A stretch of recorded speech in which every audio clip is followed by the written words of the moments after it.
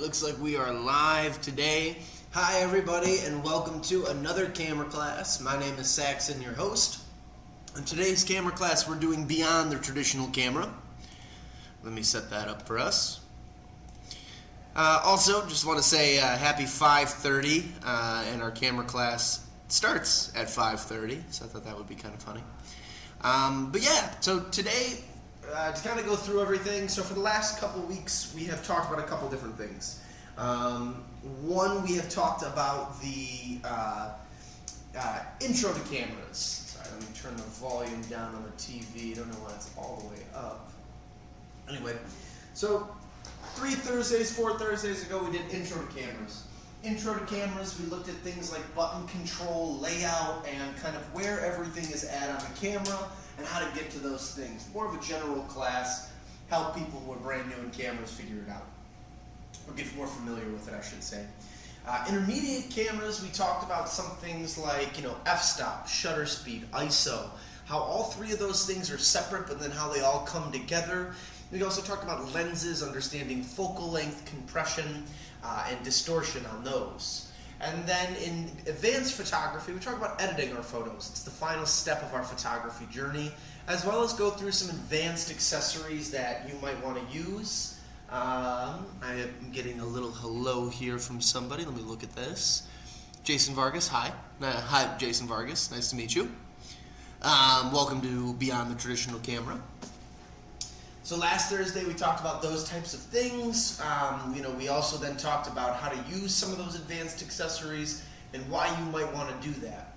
In this class, Beyond the Traditional Camera, we're going to learn about things like drones, GoPros, camcorders, and 360 cameras.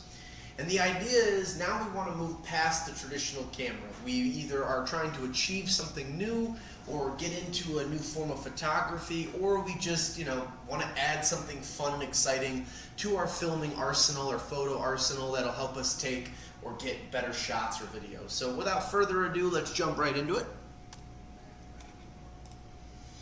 So why do we advance past our camera? What's the point of doing that? If we have a really nice mirrorless DSLR, or just any camera in general, why would we want to get something that's, not that? Or why not buy another accessory for it?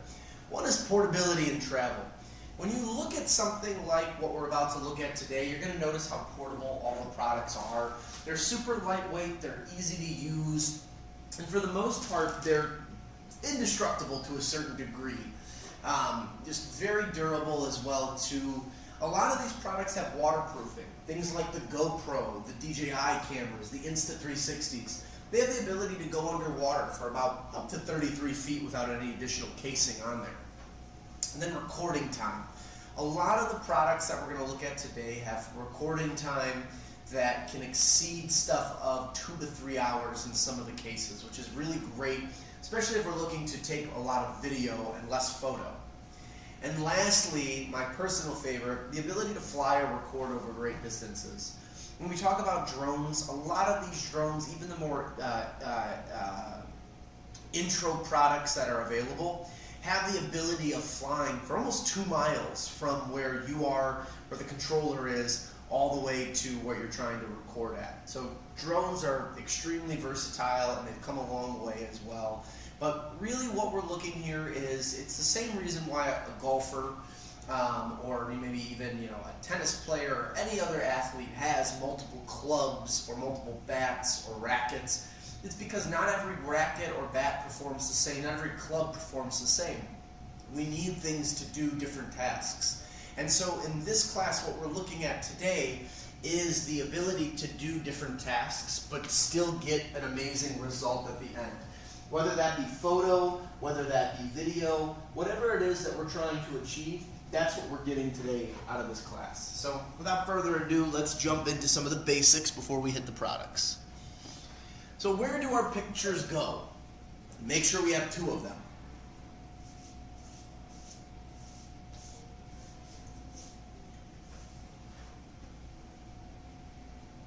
Here we're referring to SD cards. SD cards are going to be extremely important. For the most part, these products that we're looking at don't have storage. Now things like your GoPro or things like your drone may have some, and we're going to talk about that in a second. But for the majority of these products, there are no internal storage. Now, these cards have small copper contact strips in the back of the card, which makes it very easy to become damaged or susceptible to damage in general. With that being said, not having some form of protection, or not having multiple cards, could put you in a position where if one of the cards doesn't work, you have no way to record or to get any photo or video from what your project is. So having two of them, in my opinion, is a must. It's just good backup to make sure that you have everything that you need to get started for a shoot. So, some to no internal storage, micro SD cards. That's the first thing we're going to talk about. For the majority of these cameras, minus the camcorder, they're going to use micro SD. Now, where micro SD is important is the fact that it's a small, compact card that fits inside the camera. It's not nearly as large as the bigger SD cards, but it still offers a good amount of storage and protection and everything else that we need for the device. Now, when we say protection, think about it this way. If you're going underwater with some of these cameras and everything else, you want an SD card that's protected against those elements. You don't want to just buy the cheapest and entry-level product for what you're trying to do. That could and might affect the quality or what we're getting at. So, first step, remember that most of your cameras have some to no internal storage. By some, I mean maybe 8 gigabytes, which if you're shooting on a drone at 8 gigabytes at 4K video at 60 to 30 frames a second, that could be about 16 minutes of footage, 8 minutes of footage, which might be just enough for you, but if you're someone who's trying to get the best shot possible and you're recording multiple times off of that, then it might not necessarily give you the amount of storage that you want. So you want to have more storage overall. My recommendation when looking at this would be to get something that is 64 gigabytes or higher at the minimum. And then you also want something with a good read and write speed. So what I mean by that is when we get an SD card in general, there's going to be two different big numbers on there, the read and the write speed. The read is how the SD card is reading that information as it comes in. If you think about it this way, you have one read speed in yourself, or when you read a book, but then you have another speed when you write. And that's typically what you see with SD cards. Now, some of the higher end cards have a fast read and a fast write. Some of the entry or middle level cards have a fast read, a slow write, and some of the entry level cards have a slow read, slow write. Easiest way to look at it, when you look at prices of cards and you see that one card is $15 for 64 gigabytes and another is $200 for 64 gigabytes, check that read and write speed. That's really what you're going to notice it is. The higher the read and write speed, the more expensive that card can get. So something with a good read and write speed, and 64 gigabytes minimum or higher is better. And the reason I say that is because think about it this way. If you are to get a card and you're going to go through and record, let's say that you bought the standard kit for your drone, you got a couple batteries with it. Each time you fly, that's 30 minutes. 128 gigabytes could probably film for about 2 hours, maybe 200 minutes at the most. So with that logic, you're going to not have possibly enough gigabyte storage space for that flight time if you have enough batteries for that. And if you're constantly re-recording and recording things and trying it over and over again to make sure you're getting the best footage for what you're trying to do, then you might notice yourself that, okay, I'm burning through storage really quickly, and when you're out in the field and you're doing stuff, you don't have time to delete this. So it's one of those things that having the higher amount of storage when you go to do recording or video or photo, whatever it is better than not having enough. So keep that in mind when you're using these products. Your picture should never live on a memory card. The idea of a memory card is like a car. It's meant to drive from point A to point B. If the camera is your home and the computer is work, the SD card is going in between those two products in order to take the video and footage from one and move it to the other. Once it's been transferred over to the other, you're going to delete everything on that card. And once it's been deleted, you can then use the card over and over and over again. Because you're constantly removing the card and putting it back into the system, that's where those copper strips on the back of the cards, like I was mentioning, can get dull and they can stop working on you. That's why it's important to have 2 cards. It's that constant use of playing with the SD card that's going to cause it over time to stop working. So keep that in mind. You should always have 2, and they shouldn't live on the camera or on the memory card. They should be, again, a tool to move from one to the other. So here's my steps to making sure you don't lose any pictures or damage your card.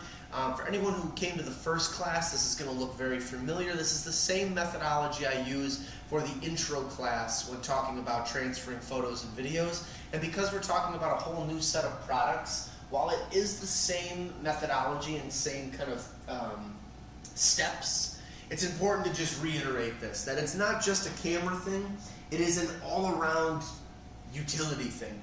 If we're using these types of products and we're getting this type of imagery or footage or whatever it is, we want to make sure that we are saving this stuff properly. So first and foremost, land the drone, turn off the camera unit. Whatever it is that you're doing, whatever product you're using, start by doing that. Once you've done that, wait about 5 seconds. This gives the unit time to turn off, cool down, and power down. Once we've done that, let's remove the physical card from the unit and put that into a card reader. Now, I don't have any issues, nor do I, argue with people when they say that, oh, I'm just going to go through the camera to transfer all this. That's totally fine. But keep in mind that you're leaving your product more susceptible to damage. And by damage, I mean, if you spill water, if your dog is there and his tail or their tail grabs a hold of whatever product it is, the cable, and can pull it down and break it. There's a couple different things that can go wrong, and basically what I'm trying to get at is that if we can prevent our devices from being in a vulnerable place, we probably should do that. So use the card instead, because the card is a vehicle to transfer from one to the other, rather than plugging in your whole camera where now you're leaving it at risk for damage or whatever have you. Best practice is to remove the card and try to avoid using the camera to send pics to and from. I really do recommend that. However, if that's the only way that you can do it, do whatever works best for you. Use a good card reader. So if you are going to go the route that I recommend, buy yourself a card reader. They can range anywhere from $10, $15 all the way up to a couple $100 depending on the speed at which you're getting it. Does it have a hub? Can you plug other products into it? Is this done for SD? Is it done for some of the higher end cards like XQD or CF Express? What exactly are you using this reader for? And base that off of the cards that you own. Again, not everyone's going to have the highest end cards, but not everyone's just going to use the entry level. So depending on where you're at and your skill level, buy a card reader that works as well for you. My personal favorite's the Trifecta. It's about $15-20, and it's nice because it has a USB-A and a USB-C side. So depending on the computer or system that you have, you can just slide that right in and it works fantastic.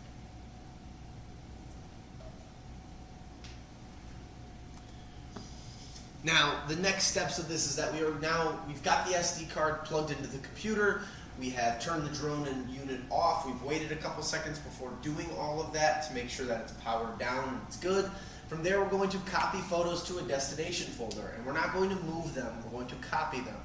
What I mean by that is rather than taking the files as is and moving them from one to the other, there's a chance that while we do that, we could lose everything in the middle of it. If something comes unplugged, if the card decides to fail, if anything happens, then we've lost all of our hard work.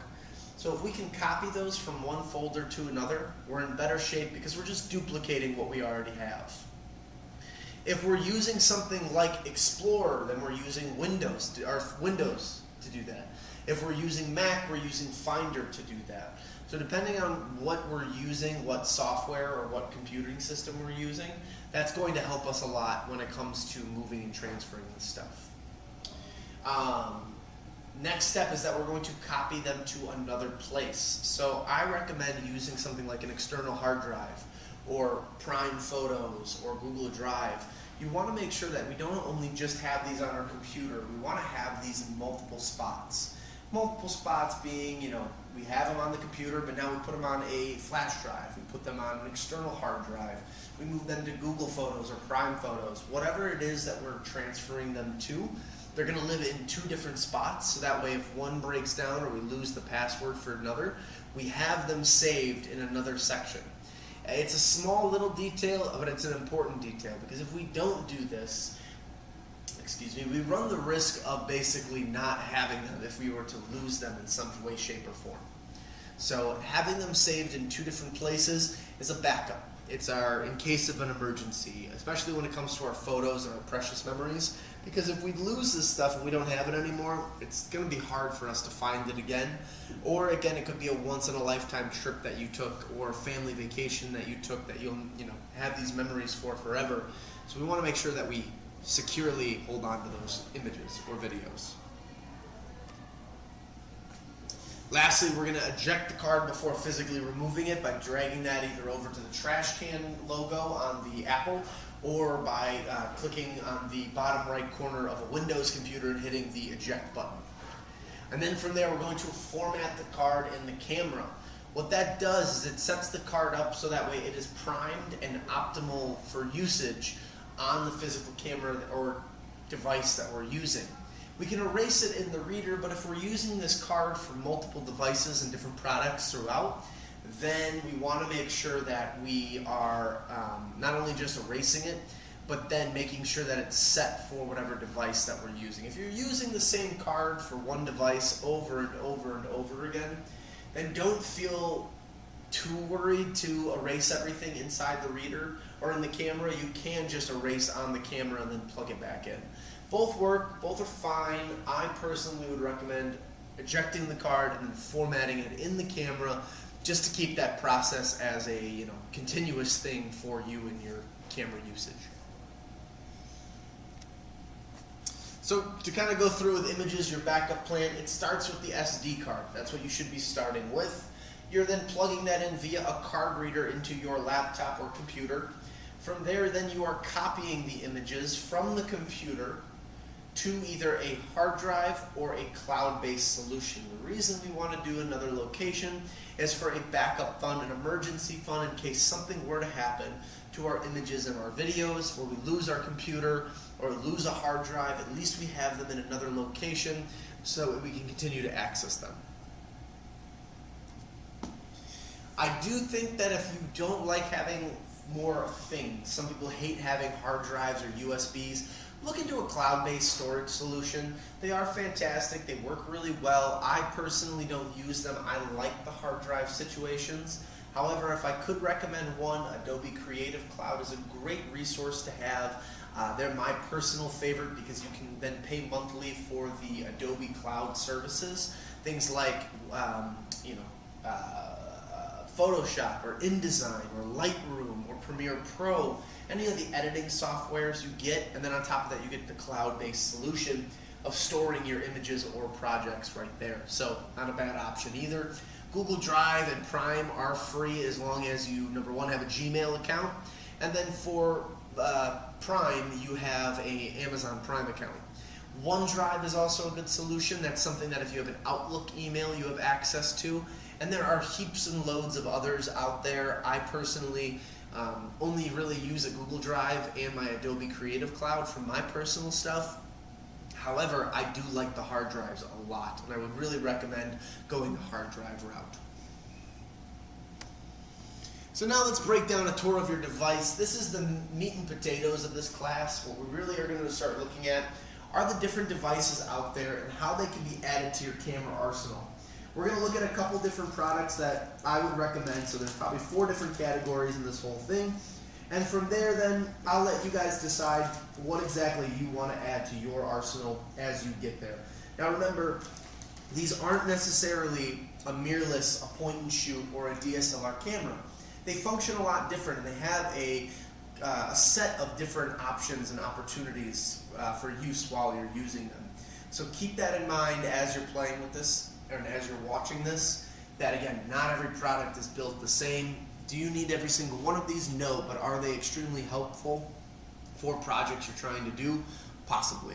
So without further ado, Let's start with GoPros and action cameras. Now these have been out for probably about 15 years now, maybe a little more than that.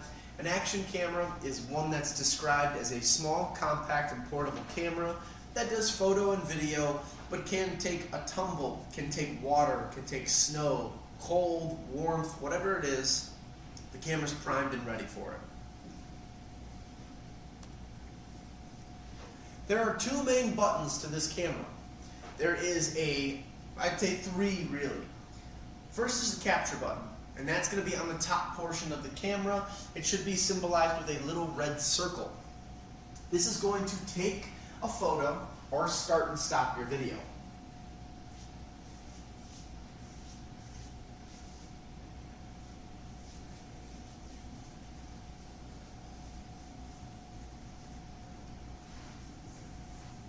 Next up is the power button.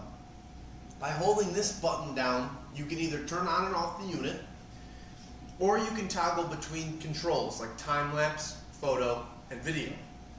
So again, capture button, that starts and stops your video or takes your photo. The power button has two functions. It'll either turn the unit on and off, or it'll toggle between your time-lapse, photo, and video. Your screen though is everything else. So if you're using this for the first time and you're trying to get used to it, the screen is going to have all your controls on there. This is where you're able to switch between what exactly you're doing, how many frames a second you're using. Oh, actually, I have a whole slide to describe this. So this is what you're going to get on the screen. The screen's going to let you control frames per second, so how many frames are going as you're filming. Typical standard for most every project you do is about 30 frames a second, 60 frames a second, that range. If you're going to go for slow motion, 120 frames a second is going to be the big number you want. More frames to slow it down, to keep that steadiness, to keep that quality. Angle and lens millimeter size. So for things like GoPro, for things like DJI, they are going to use an angle and then a millimeter size to describe what they're doing. So for example, this one says wide with a 16 to 34 millimeter, meaning that it's going to be a wide angle, and to show you or to tell you it's going to be wide, like we talk about with our lens class, it's going to be a 16 to 34. So it's going to keep it pretty wide overall for us to see everything in the shot. Great for landscape, great for interior, great for that wide-angled first-person view that you'll see on a bunch of GoPro and action camera videos. The other thing we can switch between on our camera screen is in video quality. Are we shooting in HD, 1080? Are we shooting in 2.7K? Are we shooting in 4K? Hindsight is going to be its focusing parameters. So this is how it then sees a target on screen and is able to focus in on that target. Hyper smooth is going to be our stability as we're recording, so how smooth the video looks rather than bumpy and kind of startly because of how we're using the product. And then there should be a front screen as well. Depending on the unit you're using and the age, there should be a front screen portion to this camera. And the front screen is going to have things like your video duration and the actual video itself. And it's really there as a selfie mode, so when you're recording, you can see exactly what you're recording from the front view. Back in the day, it used to be like a little black and white screen that would mainly just show you how long you were recording for. The modes that you're going to be using the most. So photo, which is going to allow you to capture stills and frames rather than take videos. Time lapse, turn the video on and it will capture video over a duration of time. It will then compress the video down and then play that captured video over a period of seconds or minutes. So time lapse is really cool. If you want to capture a sunset, it's going to keep the camera on low energy and it can record for almost 2 to 3 hours. From there then, once it's done, it'll then take that video and compress it inwards, so that way you get this really cool looking video that looks like you only recorded something over 5 minutes, 2 minutes. But in reality, it's actually the fact that you recorded it over 6 hours. And then regular video. You can record video for whatever duration you want, with whatever qualities you want, and with features like hyper smooth or hindsight turned on and off depending on exactly what you care about. Again, remember, turning features off like that might be beneficial in the long run because it gives you longer battery life. However, turning features off like that can also prevent you from, utilizing those features. So if you are somewhere where it's shaky, starty, stoppy, then it'll show in the video a little bit more.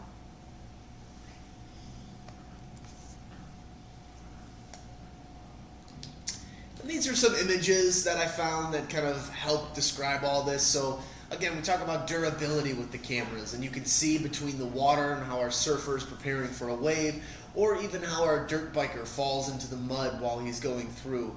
The cameras themselves are extremely durable. They can take a beating, and the view is fantastic too. When you look at this, you get a wide angle view. You can really see everything as you're going. Sports first person view is fantastic. There's a lot of cool things. It can go underwater as well. You can see that it gets hit by a wave, and that footage is downloadable still, no matter what. So that's an option as well too.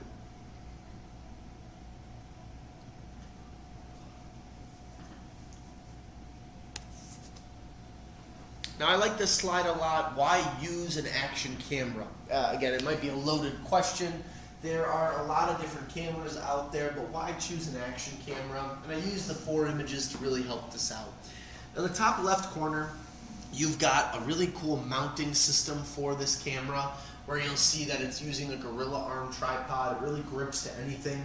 The idea there is that there are millions of accessories out there for this GoPro and for these DJI cameras and action cameras in general. So if you're of the mindset that you're looking for a camera that can, number one, be utilized with, anything, or number two, just a camera that can go anywhere, nothing compares to an action camera and the versatility that it has. Photos are going to be very wide. So I'm going to be honest, it's not the best for photo. But when it comes to video, they're next to none for a consumer level camera. As far as durability and, quality, you have the bottom left corner picture where you see that she's going underwater with her camera. So not only can you get a really cool video or image on dry surface, but again, you can take it underwater, which is a really cool feature. I get people all the time who ask about underwater cameras, and we do sell one from Kodak, which is really nice. Comes in at a low price point. However, the quality isn't the best. And when you compare that to something like a GoPro, you do pay more for the GoPro overall, but the features are there.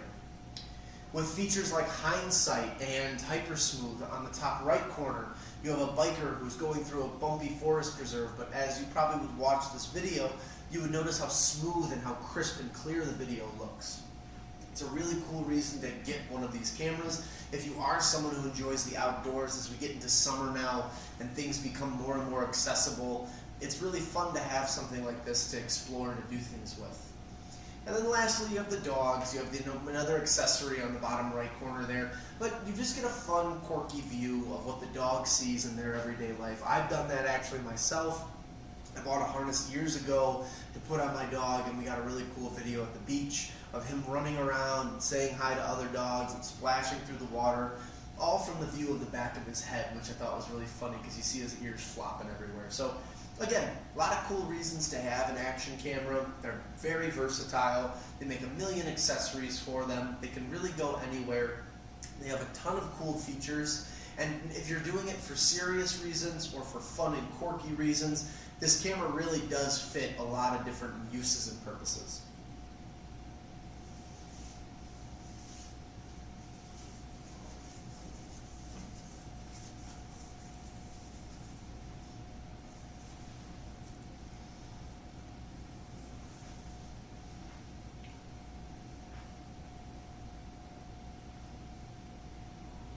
Up next, we have everybody's favorite, the drones.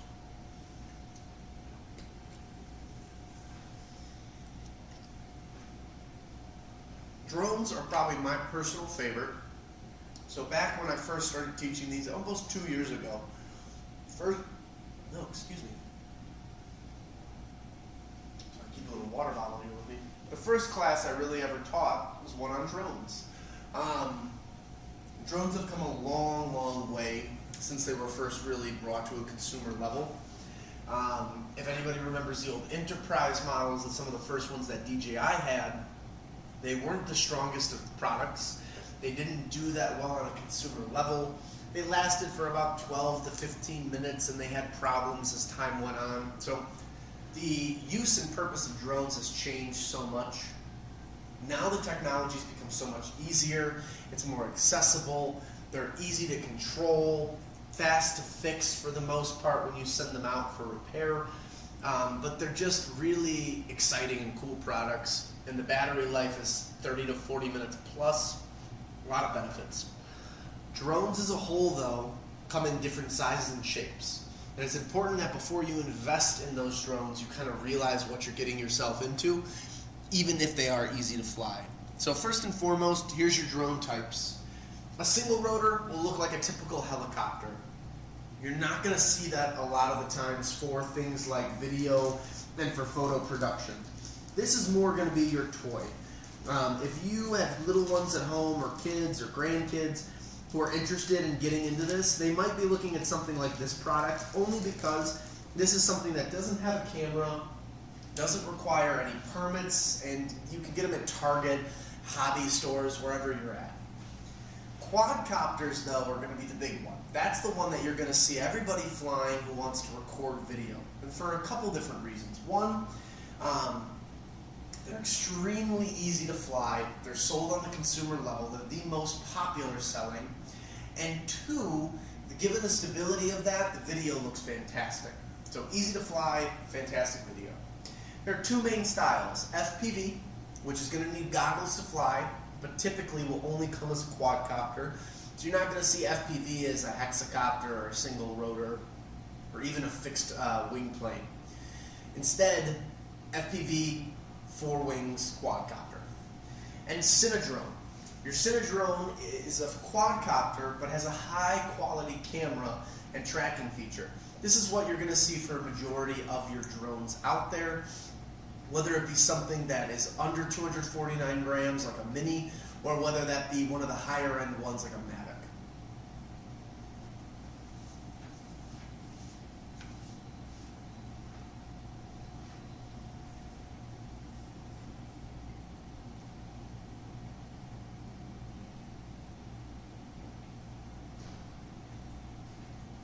Next up, you're going to have a hexacopter. Now, hexacopters are cool. They're good cameras, or good drones, I should say. However, they're going to have 6 blades. These are great for filming and stability in the air. However, given the weight, given the size, these are not your regular consumer level drones. These are typically going to be used for movies. This is what you're seeing nowadays when you watch a professional movie.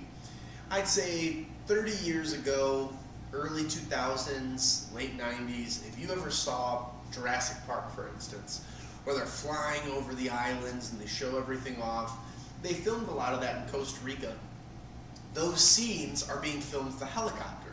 Someone is sitting in a helicopter with a real big camera and they're filming this as they go, and you get gorgeous scenery, really cool shots.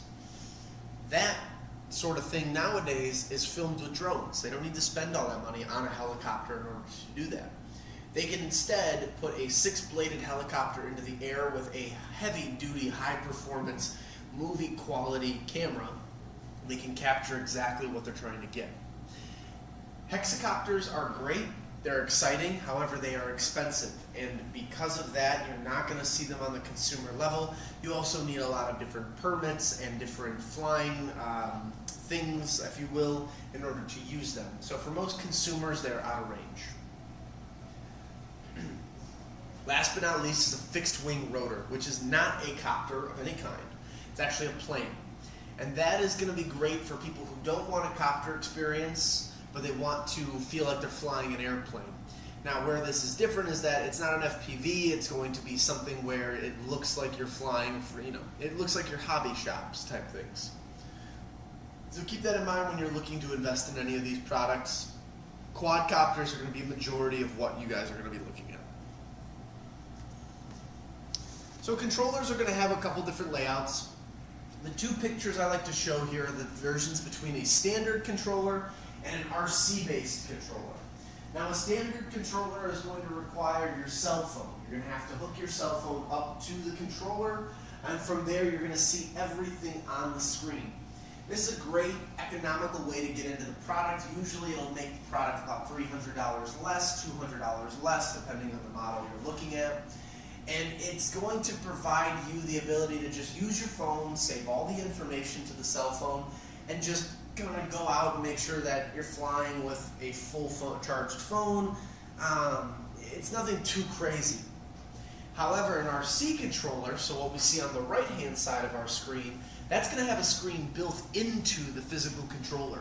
And where that is great or fantastic is the fact that now you don't need your cell phone.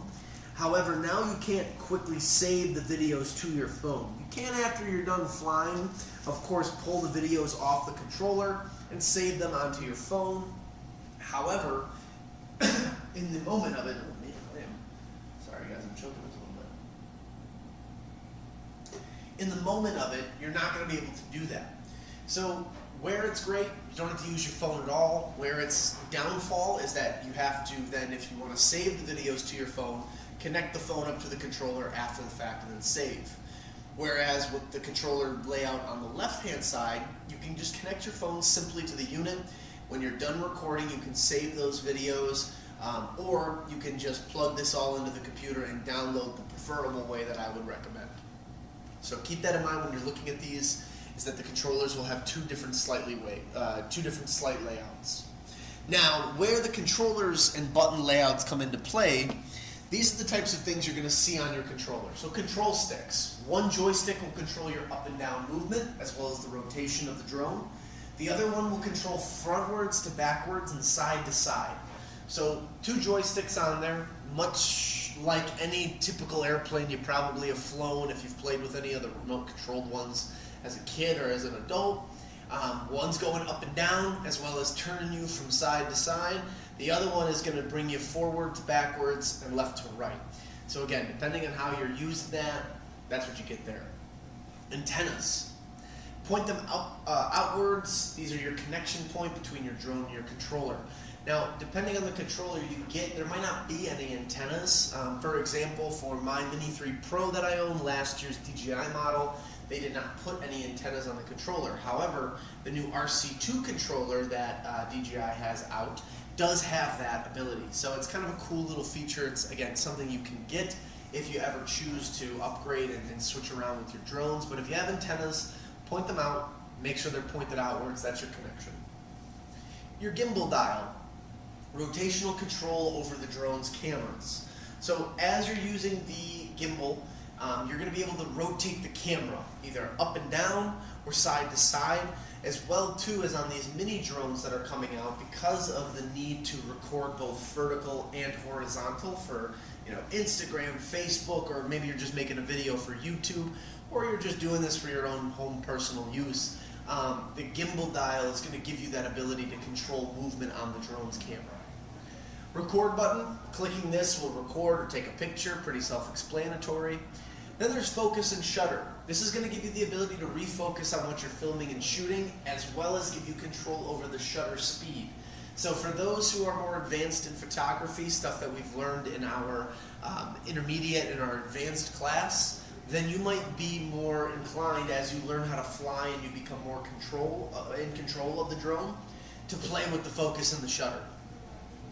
And then RTH, which is one of my personal favorite buttons. I get asked about this one the most. Almost every drone nowadays has the ability to come back to where it took off from. Now, keep in mind that if you're using this on a moving object, be very careful. Cool products, awesome to use. However, when it comes to the return to home button, if you are returning it back to where you took off from, if you took off from, let's say, a boat, it's not going to come back to you, it's going to come back to where you took off from. So if that's the case, it's going to go back towards where it was in the water and start to drop into the water.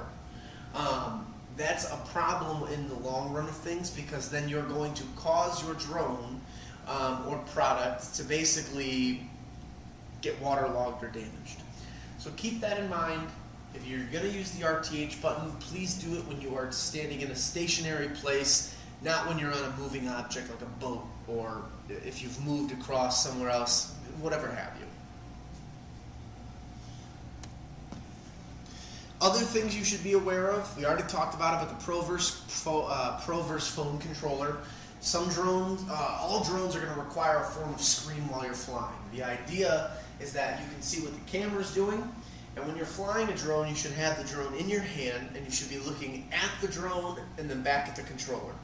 Now, obviously, if you're using a first-person view product, FPV, you're not necessarily going to have that control, so keep that in mind. But for example, a Pro controller, screen built in, you don't need to have your phone connected. Connect it at the end if you want to transfer video or move stuff over. A phone controller, you're going to have to use the phone the whole time. It could drain your battery. It could cause you to, miss a couple phone calls here and there if you're flying. Now, keep in mind too, if someone calls while you're flying, it's not going to disrupt the flight. I get asked that question all the time. No, if your mom calls you while you're flying, the drone is not going to just fall from the sky and hit the ground. It'll continue to stay in the air. That shouldn't be an issue. But those are the two big differences between a phone and a Pro controller. The big thing to keep in mind though is geofencing. Geofencing is a virtual wall. The drone will not allow you to push forward or fly in this area. Typically, fencing exists by airports, government buildings, national parks, and certain cities and properties.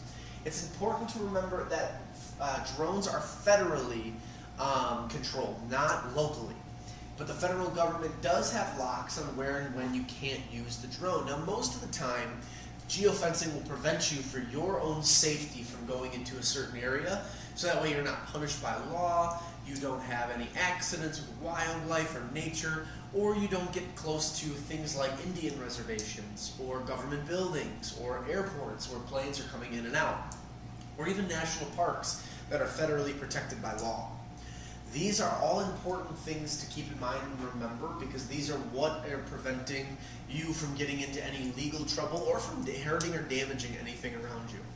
So geofencing, real cool thing about it is that if you go online and you type in geofencing for drones, you can actually put in your zip code or put in where you'd like to fly, and it should give you a kind of all-around law or whatever's going on to tell you this is what you can and can't do. I myself am getting ready in October to go to Australia, and one of the things that I'm looking into while I'm out there is to make sure that the way I'm using the drone and controlling everything is up to par with what the Australian government allows. That's the research I'm doing right now. But it's important to also keep that in mind, that every country has their rules and what you can and can't do with your drone.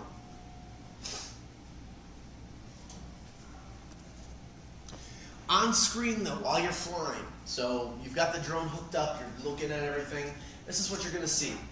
Distance from you and drone. So how far is the drone from you, and exactly where is the drone from you? Altitude of drone. How high is this drone?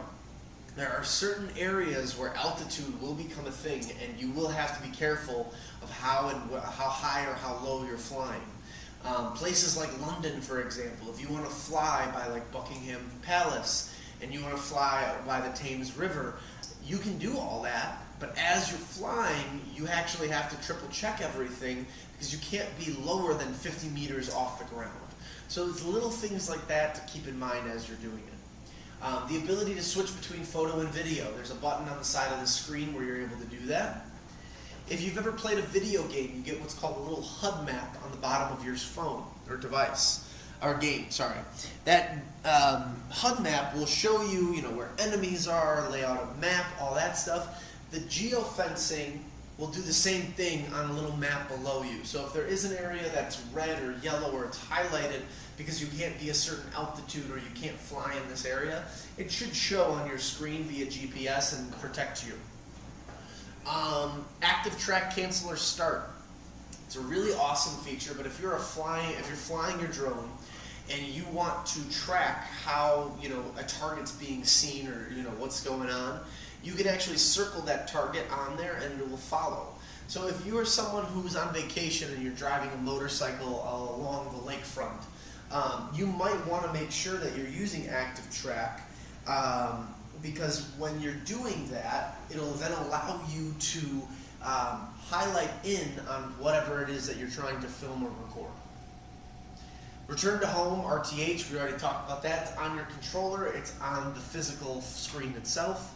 And immediate land. So again, automatically drops you from the sky to down below safely, but you can immediately land the drone if you feel like you're in an area of you're not supposed to be there, or you're just done flying for the day and you want to land it. Other things you should understand. So understanding permits and the FAA. So the FAA stands for the Federal Aviation Association, and there are two main permits you can purchase. Now there are other permits out there for these that are more technical, but these are the two most important. So first and foremost, if your drone is under 249 grams, you do not need a permit of any kind unless you're doing commercial work for business or pay. If you are questioning whether or not you are doing commercial work for business or pay, the first thing I would always tell customers, and I'll tell you too, is who are you making this video for? Is it for you and your enjoyment, or is it for a business? Or for anything else? If your friend comes up to you and says, hey, I want you to film my car and do all this stuff and put a little video together, technically that's a business transaction. You're not doing the video for yourself, you're doing it for another individual. You would then need a Part 107, which I'll talk about in a second. But for standard registration of a drone that's over 249 grams, or maybe you're just concerned you want to register it, you're going to go to the FAA.gov website. It costs $5. It includes a little course of information that needs to be read, and after completion you must clearly write out the permit number on your drone. A lot of people will just put a sticker on the drone and write it out. Some people will take a Sharpie and Sharpie on the number. Whatever's easiest for you, whatever you want to do, go ahead. All you need to do is make sure that number is written on the drone.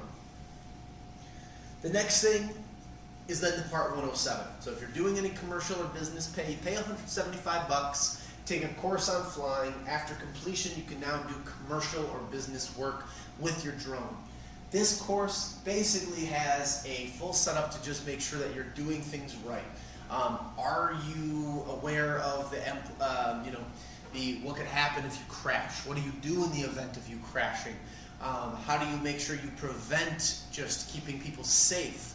It's little things like that that go a long way, that protect you or the company that you're filming for so that you can't get sued. That's really the main purpose of the Part 107. Here are some of the features on the drones. These are what I think are the coolest ones. So first and foremost on the left side there, that is the active track feature. That little green box that's around our runner who's jumping a hurdle is available there so we can track them as they're running. It's cool if you want to get that video of somebody on the screen the whole time. You really can get some fun shots. When you look over on the right side, on the top right corner, you're going to see then the skyline of New York and some of the buildings there, as well as one of the bridges, which I believe is the Brooklyn Bridge. It looks exciting, it looks cool, you get a fun landscape, and you really can see everything in a smaller size. As well too on the bottom, where you get the full beach effect and you're just rolling around. It's really cool what you can get and the heights you can achieve, as well as features like the active track that I think really make drones appealing. On top of that, they're easy to use, fun, and they just add a really high quality video to it, whatever it is that you're trying to get. In this case, video. So why would you use a drone? Why would you invest? I think that these photos really spell it out. Larger than life images. On the left and on the right, on the top left and top right corners, you've got these images that one is taken from afar on top of a mountain, which makes the mountains look small, but the person on the mountain even smaller. To think about this, you would need a helicopter or a hot air balloon or someone with a really tall ladder in order to get a shot like this. On the right side, being up, this is a beach in Miami where the walls are kind of wavy for wavelengths. I forgot exactly who told me that, but it's for when incoming waves come, if they come up that high, that breaks the waves from hitting the streets. That's a cool picture though, where you can see the symmetry and the relation between the road and the beach right next to it, as well as some of the businesses along that. You got the tops of the palm trees on there too, which just look really cool and exciting. You move to something like on the left side of the, or bottom left corner, and again, larger than life. It's a close-up shot of a boat, and then all of a sudden it pans up to a even further away picture of the boat with the white waters and everything else. Just fun, exciting. And then my personal favorite feature, being a photography guy myself, bottom right corner, you have a business photo of probably the entire staff that they have on hand at whatever company that is. On top of that, you have their trucks lined in the back. But this type of photo just looks exciting because it shows off the landscape. It shows off these people really nicely. But it gives the ability of taking a group photo without someone being behind a camera or having a remote. Or, you know, I think of it this way. When I was in high school, we did these walkathon events. And this was way before drones and anything existed. So we had a photographer who'd come in and volunteer. And he was a volunteer fireman as well too. And he would bring out this long ladder, they would get the fire truck over, and he'd stand on the very top and he'd take a picture looking downwards. And then he'd put his thumbs up when he got the image. And nowadays, when I have you know, younger family members who are at the same school that I used to go to, it's really cool because I ask them about that walkathon event and they use a drone now. They fly the drone up, they position it, it looks down at them, takes the picture. It's really cool what they can do nowadays with these products, but again, it just adds to the arsenal of what you can use to take better and cooler photos. Second to last thing we're talking about is camcorders. Now there's not much to talk about with camcorders. However, it is an interesting thing that you can add to your camera arsenal. The perfect customer for a camcorder could be the film student, could be the person who just wants to make videos or make content for things like YouTube and really isn't concerned about photo or even thinking about photo. These things can do photo, but it's a very secondary thought. Their main idea is video. Things that you're going to get with camcorder controls. Something like the power button. That's your ability to just turn on and off the camera. You're also going to give me, you're also going to get the record button. The record button starts and stops your video. Zoom toggle, your ability to go wide angle to more of a tight zoom. Your focus knob or dial, your ability to focus in on the video that you're recording and make sure that you get perfect focus on the person. Iris or aperture control, this is your background to foreground separation as well as what light you're letting into the camera. Shutter speed, what is the speed at which you're capturing this video? Are you capturing it with a slow shutter speed because there's not a lot of movement? Or are you capturing this with a fast shutter speed because you have a lot of movement? Your white balance control. You know, what type of lighting environment are you in and how should you balance that with what whites or the whitest spots in the image that you're given? And then playback controls, your ability to play back the video to watch and see exactly what you recorded. These are all important features on a camcorder that are very similar to your standard mirrorless or DSLR cameras. However, it's really set up in a way where it's just focused on the photo or the video. Important settings on your camcorder. So video quality, setting your camera for HD, 4K, or any other qualities your camcorder is capable of. Image stabilization. Setting your camera to have image stabilization on will ensure you have a non-shaky video. Face detection. Most camcorders will have this, have an auto face detection, which depending on what you're filming can help keep humans in focus. Your frame rate, the rate at which you're capturing frames or your video. Lesser rate, better for simple or standard videos. Faster rate, good for sports, action, and slow-mo. And shutter control comes into this as well too. Bit rate. Setting this helps your camera take in information. The higher the bit rate, the more info your camera is taking in. And then exposure control. Controls the darkness or lightness of your video.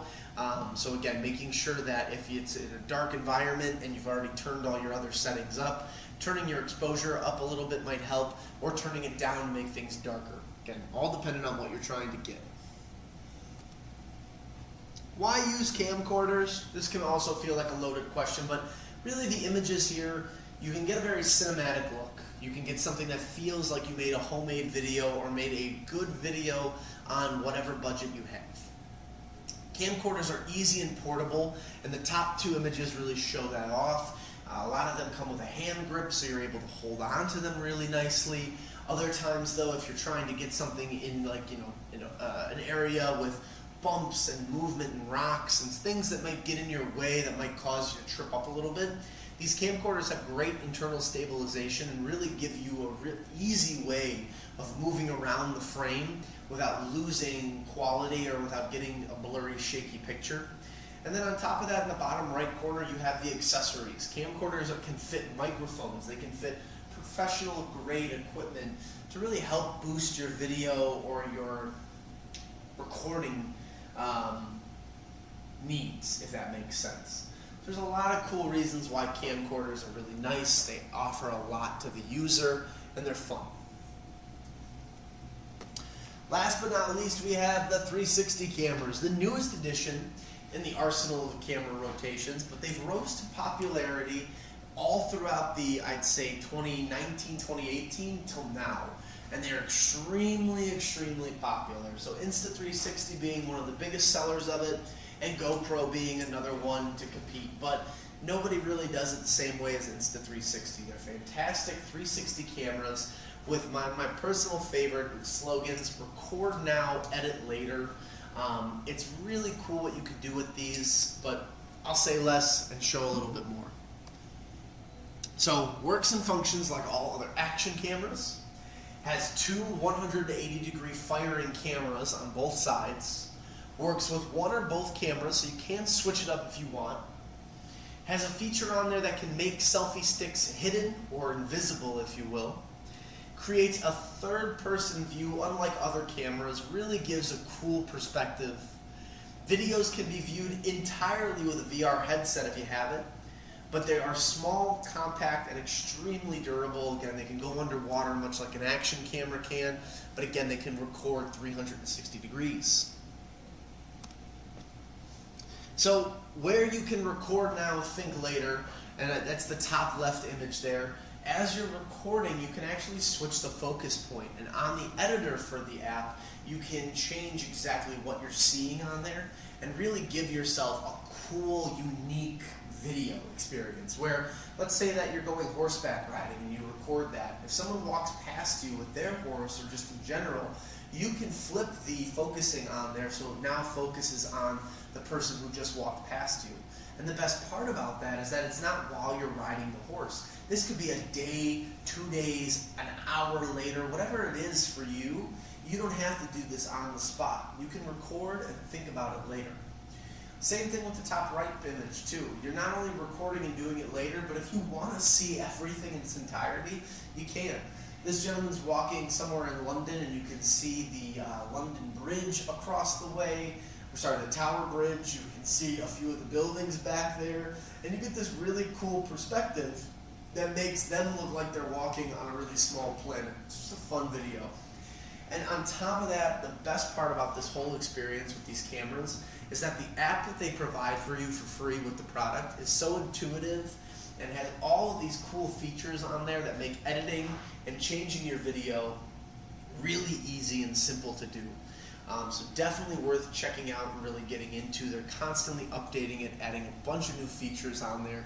But things like the Insta360 are just a fun new tool/toy to add to your camera arsenal that really provide you, the user, with a new way of getting video or photos or content in general without necessarily needing to invest a lot of money in brand spanking new equipment. So very cool stuff, very fun. Why use 360 camcorders? Why use 360 cameras? The same reason why you'd want to use any of the other cameras we talked about. If you are someone who's trying to get a unique video or something that's different that not everybody's using, 360 cameras are that. If you're looking to record or take video and not think about it till later, this is the product for you. If you're looking for something that can go underwater, can shoot in 4K video with 30 frames a second and give you high quality images or resolution, this is the product for you. They're really fun cameras. They are probably the future of action camera industry. For now, with companies like DJI and GoPro, you're still going to get the single lens action cameras, which are fantastic. However, these 360 cameras are only getting better and better. Insta360's X4 just released maybe 4 or 5 weeks ago, and it's become one of the most popular cameras out there right now. Fun camera, 4K video, longer battery life, about 33 feet that can go underwater. A lot of cool and unique features there. So why use a 360 camera? There's a whole heap of reasons, but I would say anybody who's interested in doing an action camera or having something small, compact, and portable, while getting an action camera is a great option, I think you should also look into the possibility of a 360 camera. It really does change a lot of what you can do. And actually, this is a small thing, but I learned that motorcycle companies, magazines, and other publications rate 360 cameras as the best motorcycle camera you can get as a recreational biker or anything else. So I thought that was kind of a cool fact. And that's all I have for you guys. So kept it in an hour to help everybody out with time. But this is the camera class that I have for you guys. This is the the Beyond the Traditional camera class. Next week is going to be our beginner camera class. This is going to be the start of the month, so we're going to go through the basic and beginning ideas for you. From there, then, we're going to jump into the rest of the schedule. So next Thursday is the 6th. So June 6th, we're going to do the basic camera class. We'll start from the beginning. Anybody who can come in person would love to have you. If not, you can always do it from the comfort of your home. Any comments, questions, or concerns you have for me, just give me a call, shoot me an email. I'll help out as much as I can, but I would say that the next upcoming classes are the most popular. This one really just adds into some accessories and some other pieces that I think you should look into. So thanks everybody for joining. It doesn't look like anybody has any questions for me, so I appreciate you being here. Thanks for coming. And as always, keep taking photos, keep going out there.